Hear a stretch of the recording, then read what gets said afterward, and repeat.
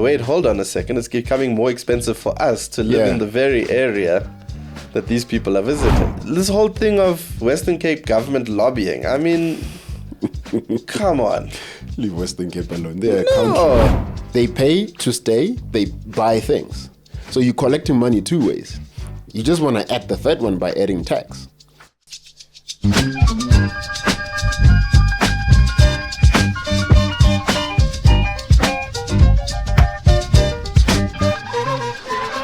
Welcome to the Angle Podcast.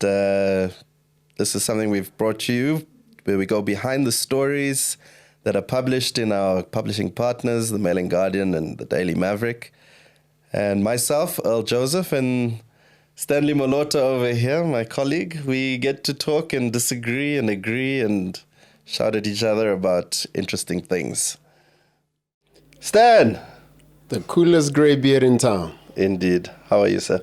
Oh, good. Cold, but I'm all right. How are you? Well, I'm just happy that here at Amped Studios, Tabiso the barista managed to give us, what do you call this? Our initialed coffees. Oh, yeah. So like, in Starbucks, they write your name. This dude puts it in the foam. Do you know the brand is Black Earth? The brand that gave you the coffee. Oh, okay. Cool. All right, so let's jump in, my friend. Let's go. It's another cold day in Joburg, and locals drown in digital nomad wave. All right? Nomad. Right, so this was written by Sarah Smith in the Mail and Guardian in the last couple of weeks. Sure. Now, I liked this. I know I chose this story. I liked it because, one, I used to work in tourism, and two, I've been a digital nomad. So, and I'm not so sure I buy entirely into the angle of this story. So basically, Before you go further, what is a nomad? Maybe let's start there. what's a digital nomad or just a nomad? Nomad. Well, it's somebody who moves around. A hunter. Well, nomadic means you settle in multiple places, you do what you need to do, then you move along, and then you do... It's like a private school way of saying a hunter. You are a hunter. You're just moving around gathering whatever you're gathering, right? I suppose, but you're from the rurals, right? Hence Okay. yes. Yeah, no. So it's a fancy I'm a way of city saying boy. a hunter. I have no concept of what hunting looks like. It makes me upset. Don't come here. Okay, with but your- look. This whole thing is about this concept of people moving around the world, Right. working from different places, and depending on your perspective, it can be cool. So if you're a nomad, I imagine that's a pretty cool thing to be, right? Being able to, I don't know, as one of our colleagues told us today, Tahiri was saying that when he was in Bali, he found a whole bunch of Australians and English people who had been there for like 10 years. He also did say they were naked. He did say that. He did. I'm not sure what part of that is cool, but he did say they were Well, clearly they thought it was cool to be able to do some digital work and then run some kind of weird retreat. Imagine. But the idea is that people get to go around the world, work from different places, Yeah. and it's a new kind of tourism, right? Now, as somebody who used to... Well, if you define tourism as people who visit, right, or travel, so you'll get, okay, so I used to work at the Gauteng Tourism Authority in a previous life, and this whole thing of meetings, incentives, conferences, and exhibitions, and the idea of working travel, right?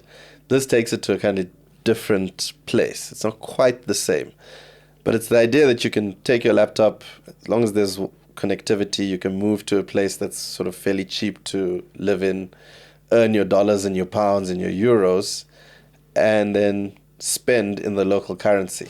I see. Right? Okay. So at face value, it's amazing. You can be like in the Caribbean or in Bali, as Tahir was saying, and you can live fairly comfortably without having to earn a truckload of money. Right. Right? Because if you had to live in a place like Switzerland or wherever, you'd have to pay a lot. Cost of living is quite high.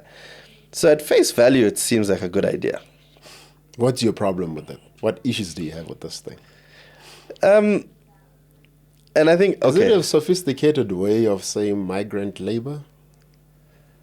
that's interesting. I hadn't thought of that. All right, but before we get there, what's your problem with this thing? So, well, it's not just my problem. I mean, even Sarah brings this up in the story, where they kind of weigh up the pros and cons, Sure. right? So on the pro side, you know, you get all these people who are saying, well, it brings foreign investment into the country, into the local economies. Tourism is always a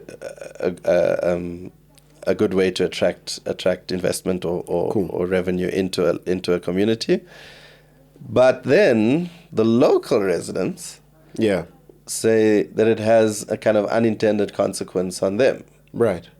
Right? So, for instance, I think she mentioned that in places like Mexico City. Yeah. Where, Portugal, I think. Hey? Mexico, Portugal as well. Oh, yes, Portugal. That's right. That's also where she was. Lisbon. Right? So Mexico City and Lisbon. Right. And this idea that what had happened was, I suppose with the advent of Airbnb, what happened?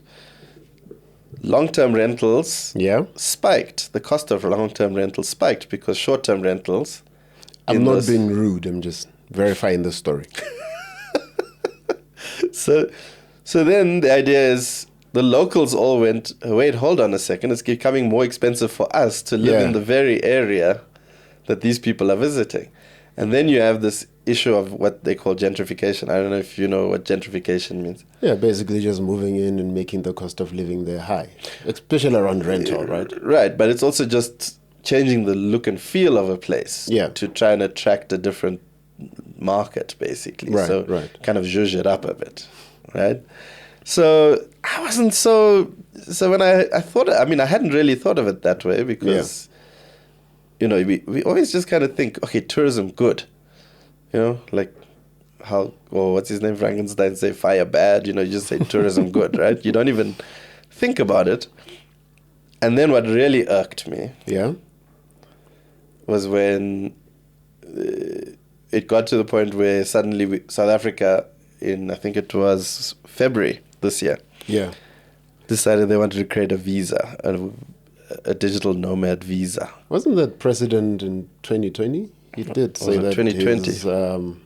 His administration would be looking into that.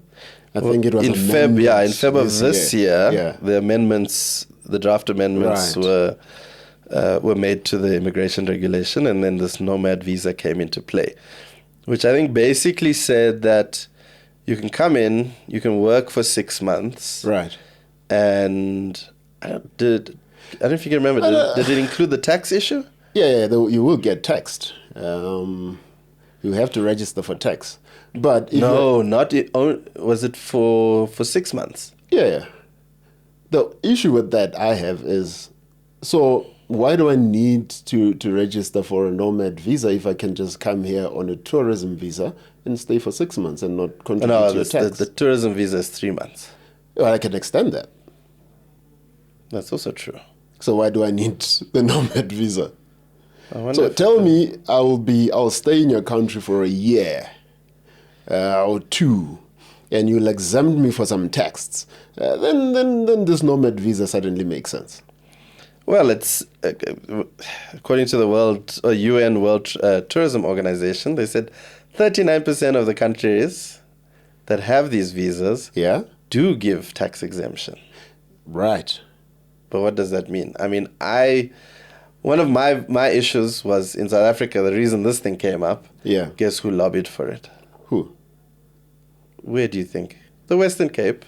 Oh, yeah. They do say Cape Town is like a haven for nomads. But again, I look at it and I go, if you really want this to work, you should be able to create incentives for people to move into other areas. The Western Cape already is Cape Town is the #1 city tourism destination in the world, which you don't really need. Right, which makes sense why nomads would go there. Another regulatory boost to their tourism. You need that in places like Mpumalanga and Limpopo and the Eastern Cape. So do you believe it contributes positively to the tourism market? Is it an add, or does it take away from the tourism market in South Africa? Firstly, you come here, you are here for 6 months or whatever duration. You may not be paying tax, but if you're a tourist, you want to travel a bit, you want to engage the cultural activities around, and then you're spending a bit of money there. Are you saying that exempting this guy for tax in replacement for them buying local goods, are you getting more from the tax than you are in them stimulating the local market? That's a difficult question. I didn't think about that. You're right. I mean, that's a good equation to consider, right? So, which is why 39% of those countries would exempt them for tax, because they understand you're a tourist in the first place. The plus is you get to work here. Now, we don't want to punish you for being a tourist and saying, you're a tourist, pay tax. Like, be here for what you were here initially for. However, whilst you're here, explore the country, see the nice cultural activities we've got. Like in South Africa, we've got like a lot of cultural things one can explore. And whilst you're there, you're going to want to buy something. Now, do we have a market enough for them to partake in buying so we can get a lot from them as opposed to taxing them? Then let's drop the tax and let them buy in the local market. Let's extend the 6 months to 12 months to a year.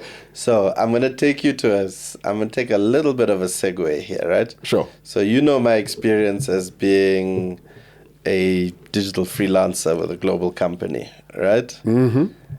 Did you bad, may I add? What's that? They did you nasty.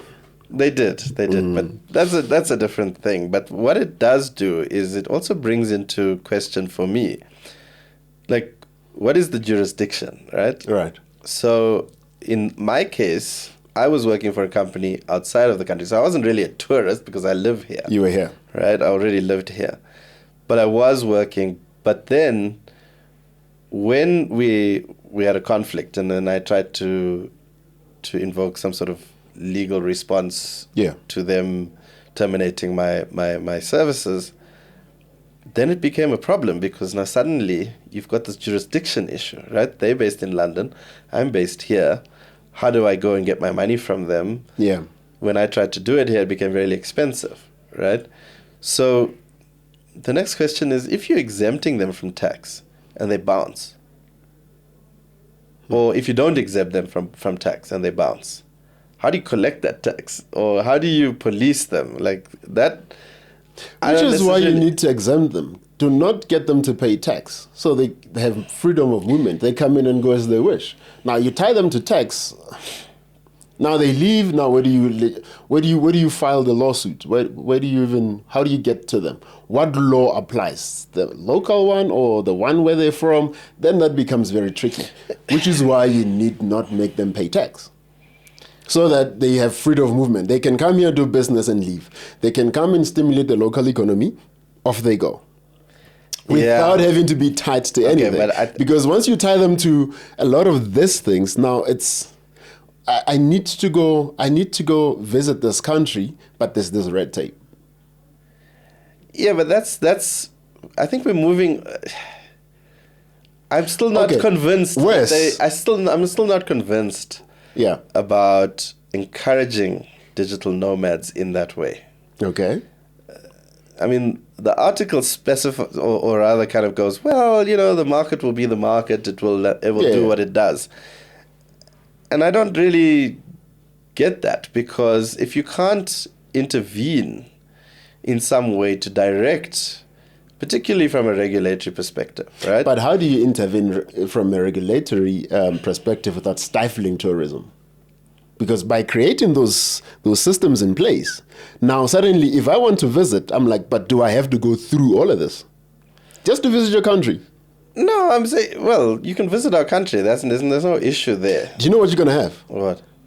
An influx of people coming in because there's a market to do this thing, and they'll do it illegally, as we do with illegal foreign migrants. Because there are because Wes, this nomads thing, they could do it for entrepreneurs. Now, certainly you could document a lot of foreign internationals. If it applied, I suppose. I mean, I look at Estonia does that, right? They've but now we don't do that. We don't even do it for entrepreneurs.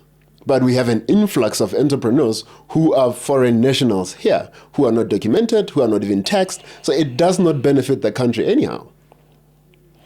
Yeah, for me, I have to say, I mean, obviously, you know, I'm always kind of straddling. For me, the issue is, and I think it was in the other paper that was written on the fact that it's not the technology that should drive the structure of your society. Your structure of your society should drive the technology and the implementation, and the structure of the society should also impact the regulations around the technology and its use, right? In this case, being a digital nomad coming in here, you are impacting the structure of the society. How? Well, getting rentals up? The rentals up. One of the other issues they were talking about was you get foreign direct investment in the property development in those areas. Right. Which then marginalizes the existing community. Right. Right? So it becomes much more expensive to live in that area, much more expensive to rent in that area. The prices of goods go up, the prices of services go up. I remember, now I'm going to... The article does say that a lot of people on socials are taken to that. Right. They used to live here, now I can't live in the area. But that's a regulatory problem. That's what I'm trying to say. What sparked this whole conversation was the issuing of the visa, the amendment of the regulation. Yeah, but it's how they do it, right? It's not that they shouldn't do it.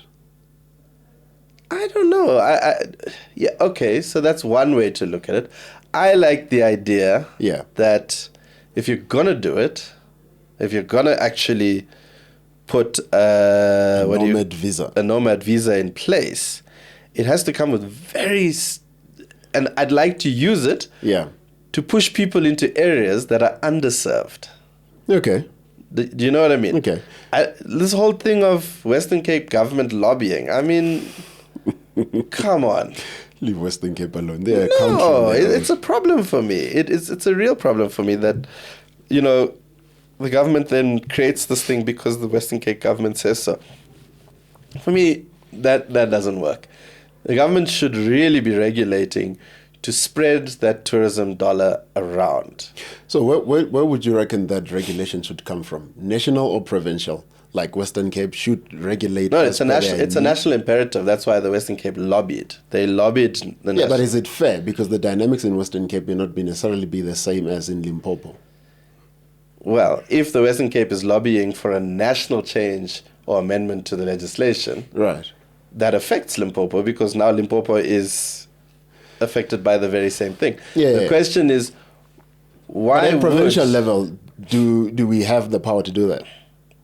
Could we do that? It's not about it's about the fact that Limpopo should say to when the amendments were proposed, or the draft amendments were proposed. Limpopo should have said, listen, it's a great idea, as long as people cannot just stay in one area for the entire duration of... So move people around. I mean, it's in the name, nomad. Moving around. Move around, right? If you're going to be here, you can't be here for longer than a month. Then you're going to move. I don't know, I might be oversimplifying it, but there is something in it, and I didn't like the way, the angle of the story, because it ended where it said, the pros outweigh the cons. That, for me, is a very privileged standpoint. Don't they, though? Hey? Don't they? Listen, when I was working at Gauteng Tourism, I can tell you, packing a bunch of people from flea markets who make trinkets and flying them over to an international conference, right? And then bringing them back, did absolutely nothing for them. I know this because I was part of the decision to do that. Because So I was developing one of the privileged that ones. area around Vilagasi Street and maybe creating 5-star accommodation around those areas, does it not stimulate the economy of Soweto? No, not necessarily. Where do they buy? No, because if you want 5-star accommodation, you're not going to Soweto. No, I'm just saying, because that is a tourism attraction, why not create a safety around that area so that the tourist understands that they've it's done safe that. to stay there? But what I'm saying is that when people create these programs, Yeah. they're coming from that trickle down mentality. Exactly what you're saying. Right. Right? If you do this, the money will filter. But nobody considers the fact that the money might filter down, but then the prices go up.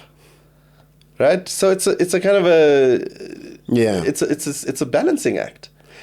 Yeah, which is why I guess, again, it just comes down to policy. How do we legislate around this? How do we create government policies that make sure that the society interests are protected as much as we make it easy for the tourists to come in, stay, not pay tax, work, contribute to our economy, and go. Because you have 2 collection points there. They pay to stay, they buy things. So you're collecting money 2 ways. You just want to add the third one by adding tax. Now focus on those 2 and maximize on those. And let them have the freedom of movement, but just create legislation around this pricing going up and suddenly I'm from Soweto but I can't afford to live in Soweto. Create protection around those things. And Nomad visas are perfectly fine. Really? Because go as far as creating visas for entrepreneurs. Okay. Then our foreign brothers are no longer a problem. No, hold on. You say create protection. One of the key issues here is Airbnb. Ish. Now you want to create protection, right? Yeah. By saying Airbnb is a problem. I can't Airbnb my house in Soweto because now the price. Yeah. If I had to offer my house or my room or whatever in Soweto, right? Interesting My long-term rental, right, would be 2,000 rand. Right. But if I Airbnb it, my long-term return is 10,000 rand. No, but there it's a question of creativity. So clearly I can't compete with a 5-star hotel that would have built there. Now I have to create something different from that will attract tourists. No, and then I can put my prices up. No. What I'm saying is, ordinarily that room as inventory, as stock, right, would get me 2,000 rand a month in local rental. If I rented to somebody here in my area, it would cost 2,000 rand. Right. Now I list it on Airbnb. I can charge 2,000 rand a week. Right. Right? 2,000 rand in dollars is nothing. So some sort of hippie kid with a laptop and decides they want to come and stay there. They're working for some international company. They want to come to Soweto. Now suddenly, one person, you know how this works in the township, right? I sell sweets here. Yeah. You sell sweets there. Every room goes onto Airbnb. What happens to the person who would have depended on that room for 2 grand? Wait, the problem that the 2 grand is monthly, now he gets it weekly? That is the problem. That is exactly the problem. So what happens is then these next thing you've rented out. My math is not matching. I was getting 2K a month. I'm getting 2K a week. That's a problem? Yes, it's a problem. How so? Not for the person who's renting out the room. Oh, it's for the overall price increase. So suddenly, I'm saying to you, right. I sell sweets here, you sell sweets there. Right. I Airbnb here, I Airbnb there. Right. Suddenly you've created that gentrification that we're talking about. Yeah. And so suddenly, but by the way, this person goes to the local restaurant. Yeah. Where that meal used to cost $50, it now costs $200 because that person who's coming is spending dollars. Now the locals are excluded from their local economy. That's what all of this protest is about. It happened with okay, I'm going to bring in my football thing here. Hey. Tottenham Hotspur. Yeah. Right? North London, White Hart Lane, known for the fact that it is a lower middle class area, working class people, blue collars. They drop a brand new stadium at $2 billion. £2 billion. Right. What do you think happened to the property prices, the rentals, the jobs? The local community were up in arms because now suddenly they couldn't buy at a shop that was across the street from their house. So it's the angle you're coming from. If you are the investor and if you are the beneficiary of that, of course it's a great idea. And it's very easy for these people from the Western Cape to go and say, well, it drives up the economy, it's so trickle down, if Airbnb is the problem, why don't we just kick Airbnb out? Ha ha ha. Now it's overregulated. Right? Now there's no space. we just create another platform and we make sure again, back to policy. If this thing is a problem, then take it out. Let's have something that's a solution. But what it does kick up is this idea that this global digital economy has unintended consequences, and we can't be blind to that. The problem is we are reacting to it. This thing is already happening. This thing will continue to happen. Again, our friend Tahir did say, there are guys in Fortsburg who are creating some form of a Starlink. Starlink does not have license here, but there is a form of Starlink here happening. Yeah, but that's under the legal and policy radar, right? Regulatory. But this thing will happen regardless. Yeah, but I think it's a difference, and this is when we need to close it up now because KB is giving us is she cracking the whip? She's giving us the evil eye. The thing for me is there are enough people who understand these dynamics. You barely touched your coffee. Oh, yeah, that's true. You're talking a lot. There are enough people out there mapping out the statistics and the data to see the implications of this. Right? But we're turning a blind eye as we normally do from a regulatory point of view. And because we're being reactive. We need to be proactive. Sometimes I don't even think we're being reactive. I just think the privilege to make the decisions. Yeah, I'll leave it there. EFF again. Eh? Sounding like EFF. Ladies and gentlemen, thank you so much for watching the Angle podcast. Be sure to subscribe, like, and share. The link to the article will be in the description below. Be sure to check out our other shows for Frame of Reference and the election series. We just concluded the election series with Tyrisha Vet School of Governance. And the beautiful finisher that you see here, it's thanks to the Daily Store. Joey, we see you. Thanks.